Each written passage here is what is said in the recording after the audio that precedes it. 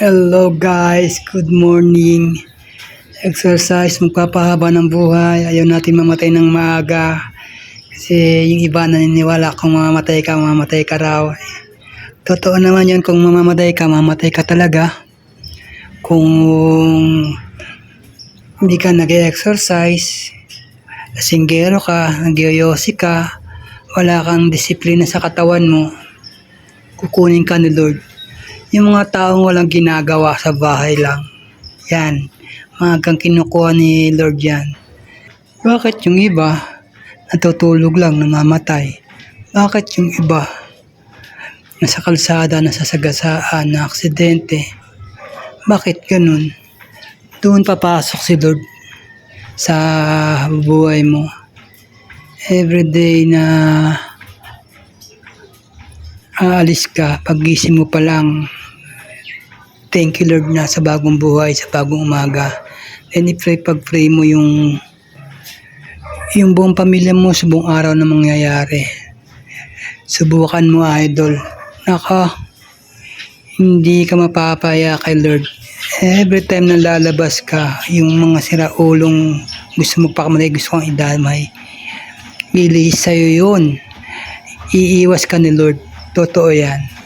At doon sabay dapat yung disiplina sa sarili at saka yung palalangin kay Lord, na every time talaga pag gising mo pa lang sa umaga, thank you Lord sa bagong buhay, sa bagong umaga. Then asahan mo sa buong araw na mangyayari, safe ka. At kung ginagawa mo naman sa katawan mo, nag-exercise ka, tamang pagkain sa tamang edad, ayun, tatagal ng buhay mo. Marami akong kilalang mga nakita na matatanda na, nagbabike pa, umaahon sa matataas na bundok, mga 71 na, 76, tumatakbo pa, 71 na, sumasali pa sa mga running event. Tamo, kasi may disiplina sila sa buhay nila. Alam nila yung tama, alam nila yung mali. Kaya habang buhay ka pa, ayusin mo yung sarili mo, alagaan mo yung buhay mo, at manalig ka kay Lord. Ayun lang, salamat.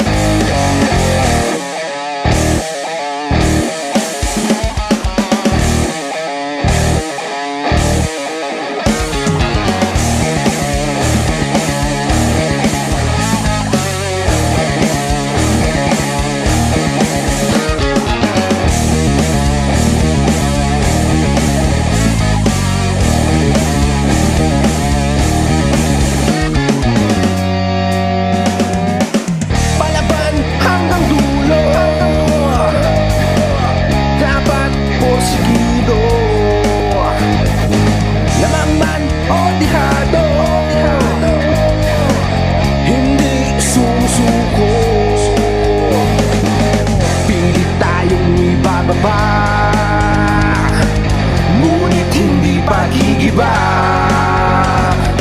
sipag lang at pagtsatsaga, tagumpay ang itatala. Sige, sige, di mapigil, ako ay nakikigil. Kumanat, di bawat, itaas ating matawat. Pilipino, disiplino, nilabas iyong talento. Lumalaban, hanggang dulo, ako ay Pilipino na hindi matatawaran.